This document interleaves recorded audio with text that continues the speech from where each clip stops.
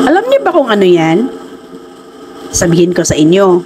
Yan lang naman ang pinakamahal or isa sa pinakamahal na fungus sa buong mundo na tinatayang nasa $20,000 per kilogram. O diba?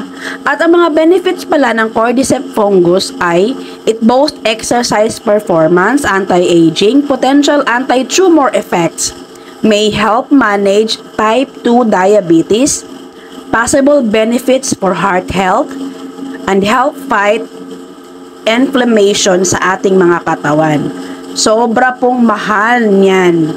At bakit nga ba ito mahal? Dahil isa ito sa pinaka super rare na fungus. Hindi po kasi pwedeng i-cultivate ang cordyceps fungus. Kailangan talaga doon mismo harvestin sa wild.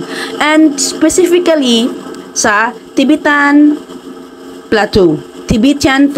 Yun siya mostly na-harvest. At ito, laway ng balinsa sayaw or yung bird's nest or swallow nest. Ang mahal-mahal din yan. Alam niyo ba kung magkano per kilo niyan? 9,500 per kilo lang naman.